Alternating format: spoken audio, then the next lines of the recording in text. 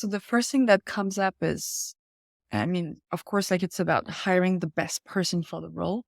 But I think for me, there's no hiring excellence without an outstanding candidate experience. Welcome to Offer Accepted, the podcast that elevates your recruiting game. Your host, Shannon Ogborn, interviews top talent acquisition leaders, uncovering their secrets to building and leading successful recruiting teams. Gain valuable insights and actionable advice from analyzing cutting-edge metrics to claiming your seat at the table. Let's get started. Hello and welcome to another episode of Offer Accepted. I'm Shannon Ogborn, your host, and this episode is brought to you by Ashby, the all-in-one recruiting platform empowering ambitious teams from seed to IPO and beyond. I am super excited to be here with Deb Caulet. Deb has over 10 years of experience in HR, from talent acquisition to people development. Her last in-house role was at Blinkist, where she spent almost 7 years. She started as a recruiter and very impressively left as leading the whole people and culture team. Deb is now an entrepreneur. She just started Aligned Collective and helps leaders build companies where people want to work. Deb is super committed to humanizing work and transforming companies into places where employees thrive and flourish, which I love so much. Deb, thank you so much for joining us today. Thank you so much, Shannon, for having me. I'm so happy to be here. Amazing. Well, first things first, can you give our listeners a little bit of background on yourself and mostly kind of around your current work? Yes. So as you said, I'm the founder of Aligned Collective, and we basically help founders and HR leaders build healthy cultures so that they can attract and retain the right talent. And we do that through three things. So we do leadership development with tailor-made programs. We do HR consulting in hiring operations, cultural evolution, and also talent management. And lastly, we offer coaching both for first-time leaders, but also for executives. Amazing. I think especially the coaching first-time leaders is so important and a big missed opportunity. So I absolutely love that you're doing that. I'm curious, sort of as a high level, because you've spent a lot of time in internal talent and now you're in sort of this more consulting-based role. What challenges were you faced with that are most relevant to the TA space today? So many challenges, but I would say the top of mind are like three big challenges I've seen in my career are volatility. So hiring needs are constantly fluctuating. And I think this has gotten worse since the pandemic. And I think it makes it very hard to plan for the year in terms of budget and also resources. So for example, sometimes you start the year thinking you got to have enough recruiters in the team, and then things change, the strategy changes or the plan, and then suddenly you're asked to hire 50 more people. And all of a sudden, you don't have enough capacity. So that's one big challenge I've seen also in the recent years. Second big challenge is around urgency. So there's tremendous pressure from the business to hire because, if they can't hire the right people on the team, if they can't have the right setup, they won't be able to achieve their business goal. And so it's always like you needed to hire those people yesterday, and it can be very stressful. And the last challenge I've seen is a lack of resources and budget. So especially in startups, you have many startups nowadays that operate with just one person in the people team, and this person is doing everything. And often you'll see that they don't really have a budget to hire more people to support them, or they can't afford to work with the recruiting agencies. And now I think this also has become true for bigger companies where, last year we've seen a lot of layoffs, especially in talent acquisition. And I think now companies are focusing more on becoming profitable. And unfortunately, they see HR as a cost center. Yeah, that is, I feel like, getting to the hot take early because, recruiting and HR people operations is often seen as costing instead of saving, instead of making.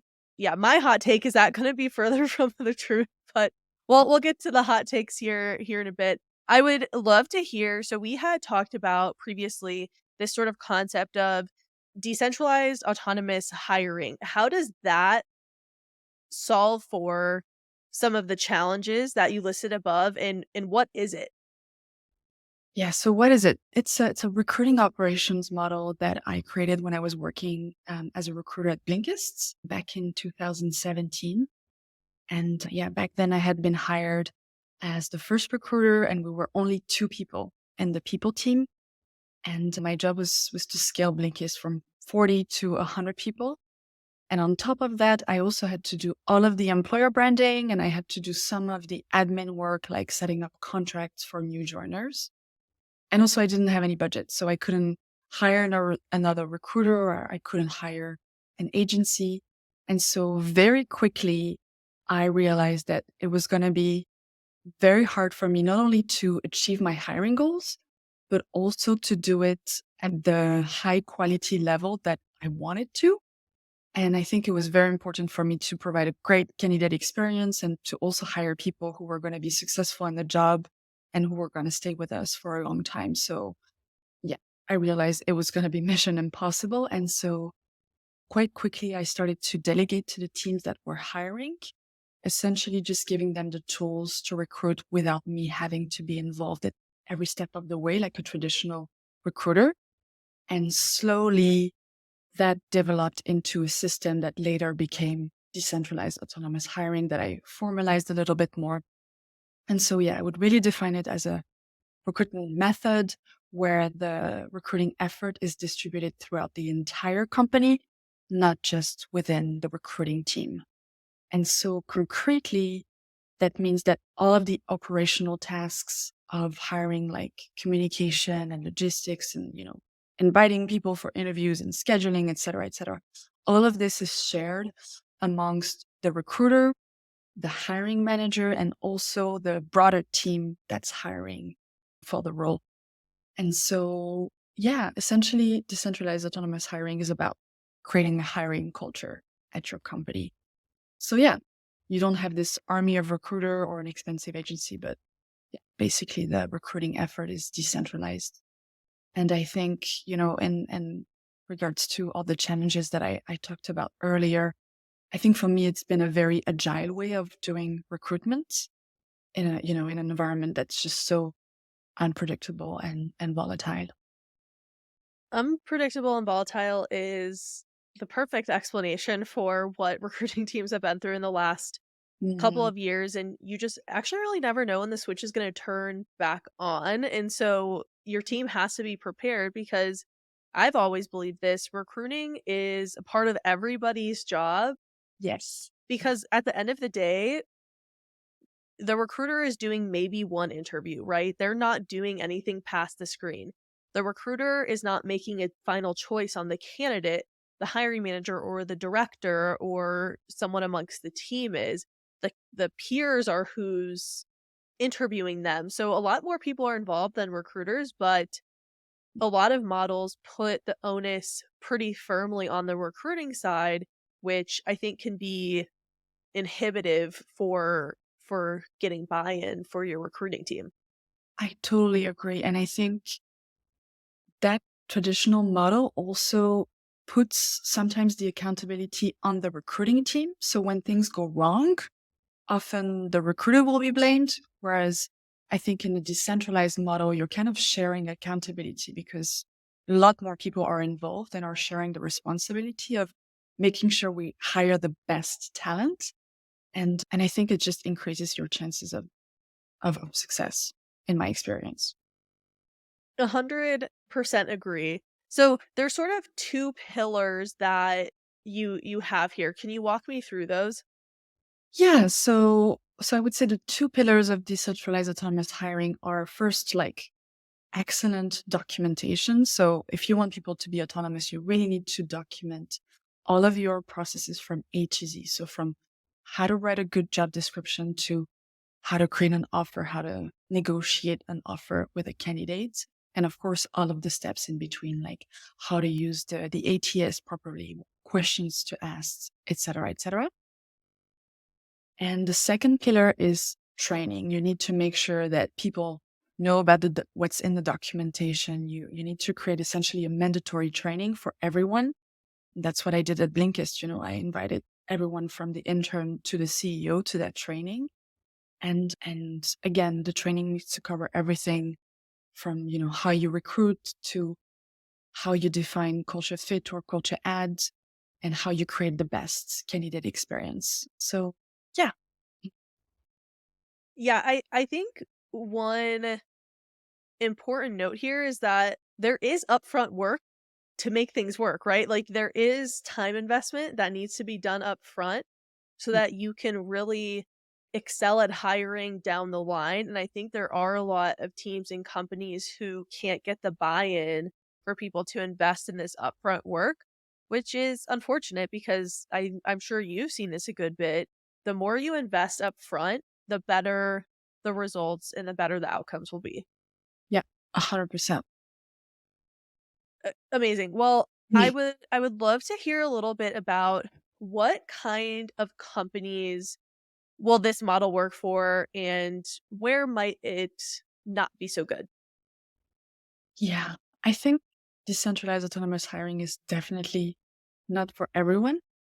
And I think for it to be successful, you need to operate in a company that has a very high engagement. So you need motivated team members who really care about their work, want to go the extra mile.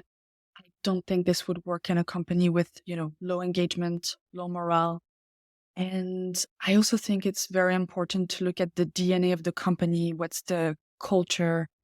And I think autonomy should be a big part of this kind of culture. So typically I think DAH could work in companies that have less than around, 300 employees, just because I think the social contract is a little different in companies that are smaller, where, people are just expected to wear multiple hats. Whereas, in big corporates, they're used to, delegating and having an army of recruiters that's doing everything for them.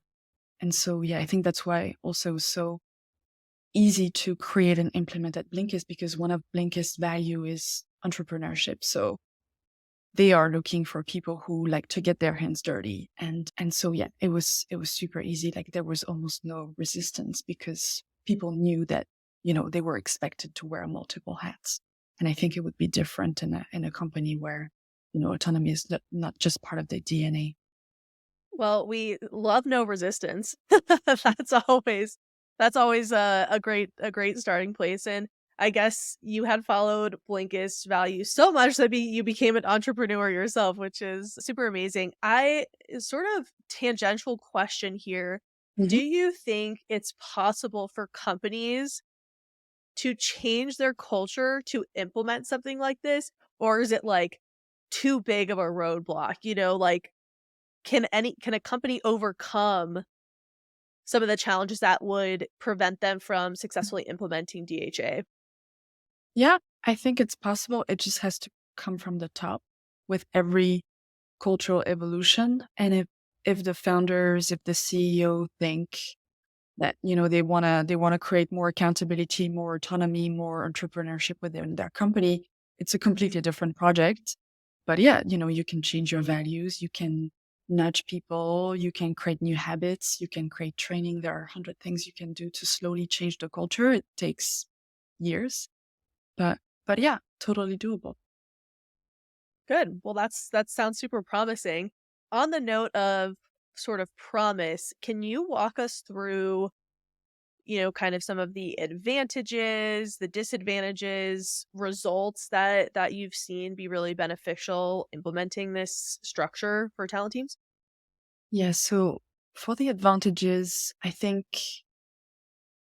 it really enables you to create a better candidate experience, just because in that setup, like, in a traditional setup, for example, you would have the recruiter, doing the first screening. And in that setup, you can have the hiring manager or someone from your team doing the first screening. And so we often got the feedback that candidates were very happy to have a direct interaction with their manager in the first interview. And, they were able to ask all of their questions. And so, yeah, for them, it was a lot better. Also, the recruiting process was then shorter because you didn't have that HR, view in between. As I said earlier, it also created more accountability within the teams when making hiring decisions because everyone was highly involved. Everyone really cared. People were also involved in sourcing. And so yeah, that just created more accountability. And then I feel like you'd be surprised how much better the outcomes are for recruiting and hiring when there's accountability on everybody and not just the recruiting team. When there's actually when the manager's actually accountable for who they're hiring as they're the ultimate decision maker. When yeah. there's accountability in that system, they're going to work harder for that accountability. We actually had someone on the podcast previously, Leia Nobler, and they send out a whole debrief after their hiring process, and the hiring manager has to indicate, why did we choose this candidate over other candidates? Like, Mm, and to really hold them accountable for who they're hiring, because otherwise you might just be kind of like throwing things in the dark and saying, okay, yeah, let's just fill the role. And so to be accountable for the outcomes, I think is huge. totally. And at the end of the day, it's also about teamwork, Teamwork makes the dream work. It's a bit of a cliche. Yes. So true. Yeah, I think there are also huge advantages, not just for the candidate and the recruiting team and the outcome in general, but I think that system is also super beneficial for the recruiters themselves because it makes their job so much more interesting. And, when I was transitioning from the traditional to the decentralized model, my job changed from being an operational recruiter to essentially a business partner and a coach. And, all of the quote boring tasks of my role, all of the operational things were essentially shared. So I had more time to think about things like employer branding, creating content, sourcing candidates, and also, just being a coach, like creating a relationship with the hiring managers, assisting them to make the best recruiting decision and negotiating the offer at the end. So, and I think often those things that are very important that add a lot of value are overlooked when you're just spending your whole day just doing screening calls and sending emails, basically. So yeah, I think that's a huge benefit. And overall, we've also seen that, for us, it improved retention in our recruiting team because, recruiters were constantly learning, not just in recruiting, but in other areas of HR. And so we were able to craft more generalist roles that were super attractive. That's so great because especially in tech in general, people change roles pretty regularly, and it's a very big hit to a recruiting team to lose a recruiter. You're losing a network, you're losing that sort of institutional knowledge of the company and how to work with the people within the company, how to sell the company. And so losing someone can be quite a big cost to the organization. So I love that this has also a focus on recruiters and helping them be the best that they can be and grow in their careers, because that's what a lot of recruiters are looking for. But I do know that there are some disadvantages like anything, of course. Can you walk me a little bit through those? Yeah, of course. So I think biggest risk is, especially if you're transitioning from a traditional to a more decentralized operating model for your recruiting, I think that there is a high risk of resistance to change. And so, yeah, that shouldn't be disregarded. And I think the other thing is that it takes a lot of time to implement. It's definitely not something you can do overnight. At Blinkist, it took us 18 months to really set up the whole system, to train everyone, and to, really create that hiring culture.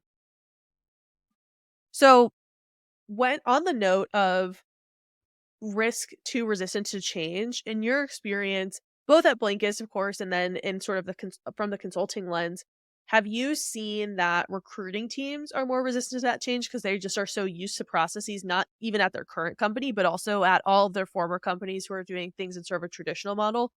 Or is the resistance primarily coming from hiring managers and hiring teams who don't want to assume that accountability for like those sort of more operational tasks? That's a good question. At Blinkist, we really didn't have any resistance.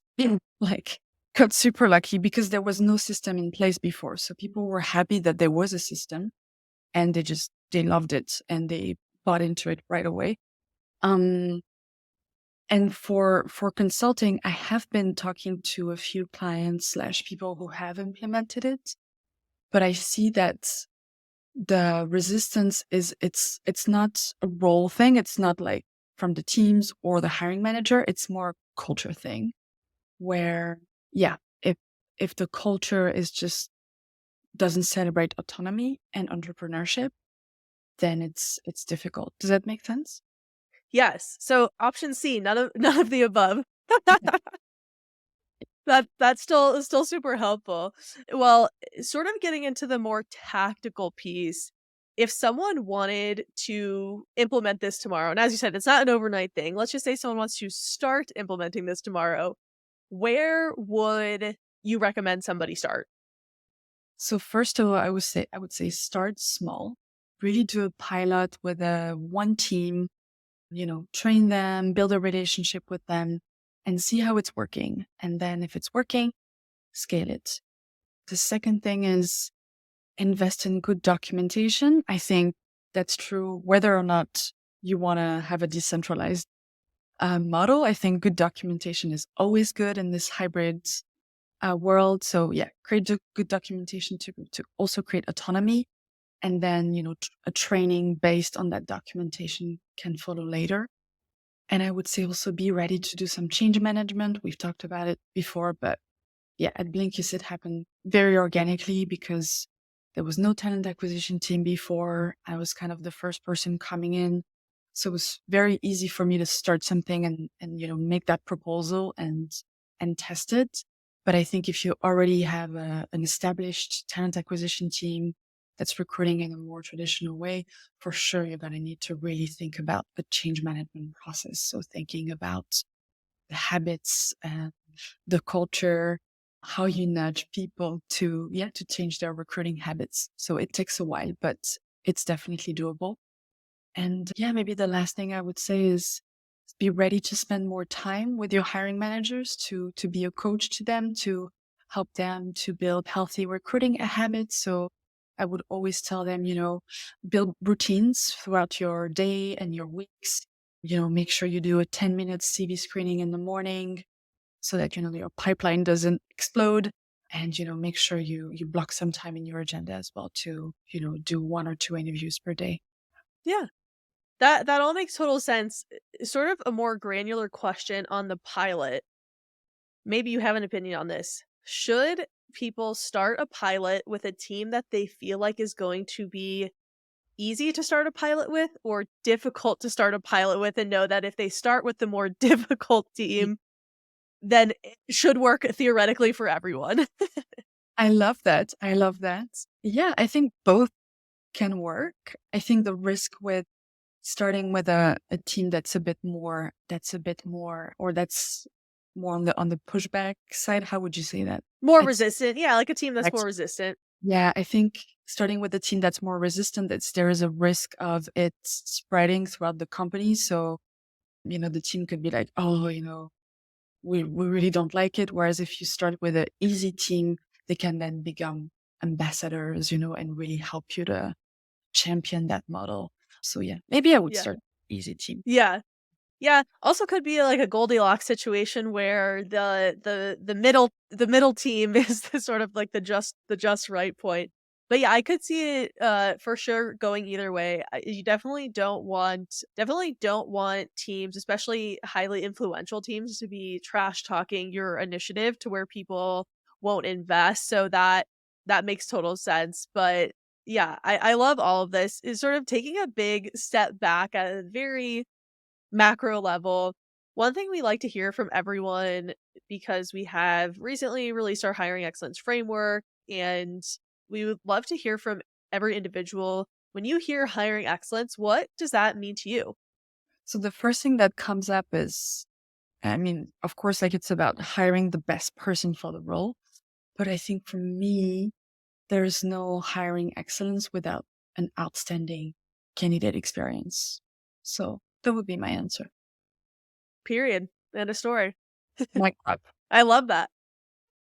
Yeah. Well, okay, we've come to our last big question here. My favorite question. I say this every episode and people are like, "I'm so sick of you saying this is your favorite question."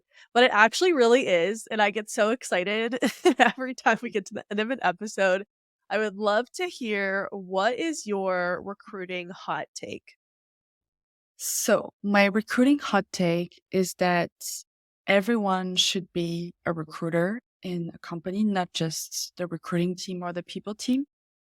And I think, I think it's very dangerous to rely on external recruiters or recruiting agencies, especially when you're starting a company. You're trying to be very intentional about your culture and, yeah, the people you're hiring. And I think outsourcing that is I think very risky and dangerous. So yeah, that would be my hot take. Is this controversial enough?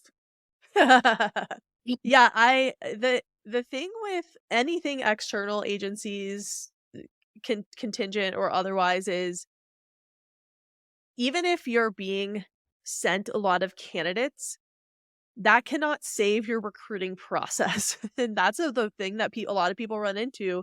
There's a time and a place for every type of recruiting. And so I appreciate, where companies can get a lift in pipeline and things like that. But at the same time, that company is not going to fix your internal process for you. They're not going to enhance your candidate experience. They're not going to enhance your employer brand. And so all of that work still needs to be done. And so if you only rely on that, then yeah, that you're going to see issues with that probably down the funnel, because candidates aren't getting the experience they want, even if the opportunity is amazing. Yeah, I think it's very well said. I think there is a case for, recruiting agencies and external recruiters to be made, when you're hiring for a specific niche role or an executive role, it might make sense. But if your entire recruiting strategy is relying on that, I think it's a little unhealthy in my opinion. I get it. I get it. Well, I think we are coming up to the end of our time here. Where should people go to learn more about you and your work? And of course, like any resources you have on DHA.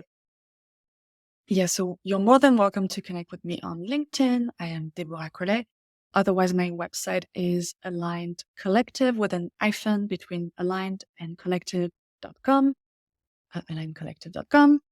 And yeah, I also wrote an article about decentralized autonomous hiring, I think back in 2018 or 19, I don't remember. But yeah, you'll be able to find that on my LinkedIn. It's featured at the top. Perfect. Well, Deb, I cannot thank you enough for joining us today on Offer Accepted. We really appreciate you spending time with us. Thank you all for listening, and we will see you next time. Thank you so much, Shannon. Thanks for listening to Offer Accepted, the podcast for ambitious recruiting professionals, brought to you by Ashby, the all-in-one recruiting platform. If you enjoyed this episode, be sure to follow and share with your TA community. We'll see you next time.